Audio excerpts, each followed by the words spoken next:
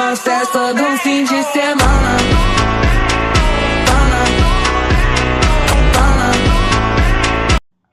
Hello friends, எல்லாருக்கும் வணக்கம்.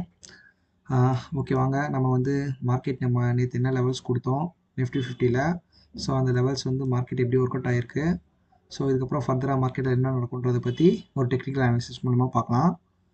So நேற்று நம்மளோட ட்ரேட் பிளான் வந்து இங்கே இருக்குது, அப்படியே இந்த மார்க்ஸ்லாம் அப்படியே வச்சுருக்கோம் பாருங்கள். ஸோ நேற்று நம்ம என்ன சொல்லியிருந்தோம் அப்படின்னா, மார்க்கெட் வந்து ஒரு பேரிஷ் மூமெண்டம் தான் இருக்கும், அதனால் புட் சைடில் போன்ற மாதிரி நேற்று நம்ம கொடுத்துருந்தோம். ஸோ சப்போஸ் கால் சைடில் போனோம்னா என்ன பண்ணணுன்ற மாதிரி நம்ம இங்கே மார்க்கிங் வந்து கொடுத்துருக்கோம். ஸோ என்ன சொல்லியிருந்தோம்னா, நேற்று க்ளோஸ் ஆனது வந்து நமக்கு 25,420 இந்த லெவலில் க்ளோஸ் ஆச்சு.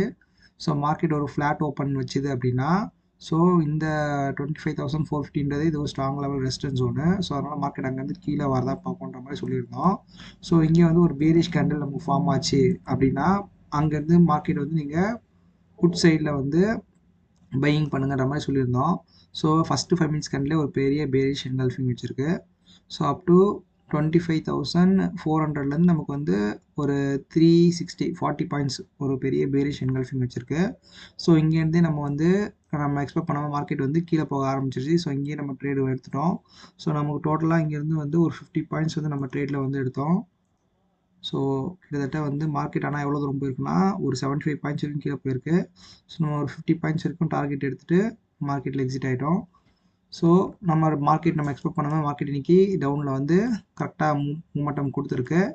அண்ட் தென் இங்கே வந்து ஒரு சின்ன லிக்விடிட்டி வந்து இந்த இடத்துல இருந்திருக்கு. ஸோ இந்த கேப் ஃபில் பண்ணியிருந்தீங்களா, ஸோ இந்த கேப் ஃபில் ஆகி ஸோ இங்கேருந்து ஒரு சின்ன பவுன்ஸ் பேக் ஆகிருக்கு.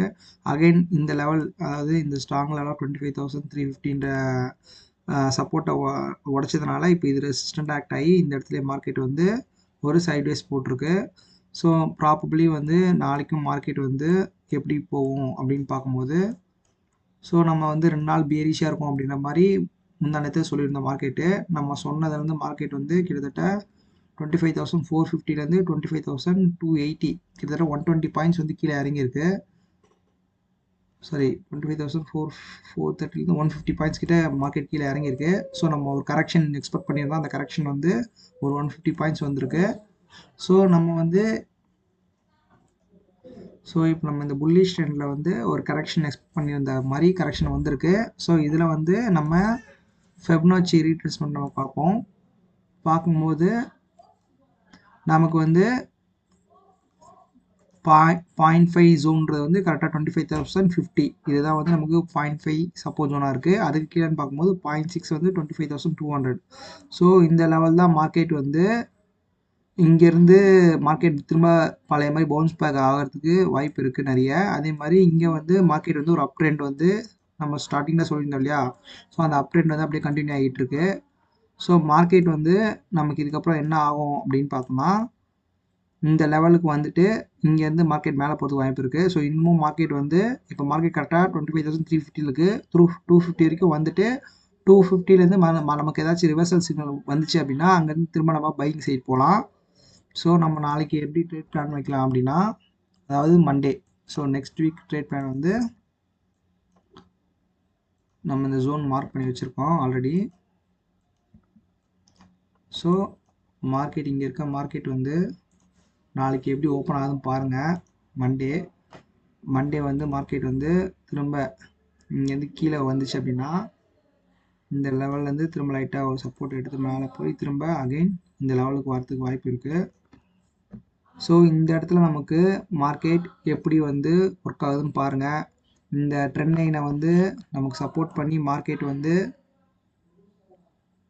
திரும்ப பவுன்ஸ் பேக் ஆகி ஒரு லோவர் ஹை, இங்கே இருக்க இந்த லோவர் ஹையை வந்து பிரேக் பண்ணி மேலே க்ளோஸ் வச்சுது அப்படின்னா, அதாவது இந்த அகைன் வந்து 25,250 இந்த 250 பிரேக் பண்ணி திரும்ப அகைன் 25,250 மேலே ஒரு புல்லிஷ் என்கல்ஃபிங் வச்சுது அப்படின்னா, இங்கே பாருங்கள், இப்போ நான் ட்ரா பண்ணி காட்டுறேன். ஸோ இந்த மாதிரி வந்து ஒரு க்ரீன் கேண்டல் இங்கே நமக்கு கீழே வந்து பாசிட்டிவாக வந்தது அப்படின்னா, ஸோ இங்கேருந்து மார்க்கெட்டில் வந்து நம்ம பையிங் சைடு திரும்ப போகலாம். அதர்வைஸ் மார்க்கெட் வந்து இந்த சப்போர்ட் லெவலையும் உடச்சிது அப்படின்னா அடுத்த சப்போர்ட் ஜோன் வந்து நமக்கு 25,130. ஓகேங்களா? ஸோ இந்த ஜோன் நல்லா பார்த்துக்கோங்க 25,200 to 250 இந்த இடத்துல ரிவர்சல் வந்துச்சு அப்படின்னா நம்ம மார்க்கெட் வந்து திரும்ப பழைய மாதிரி புல்லிஷாக போக ஆரம்பிச்சிடும். ஸோ அடுத்தடுத்த லெவல்ஸ் வந்து மார்க்கெட் வந்து அப்சைடில் போக ஆரம்பிச்சிடும்.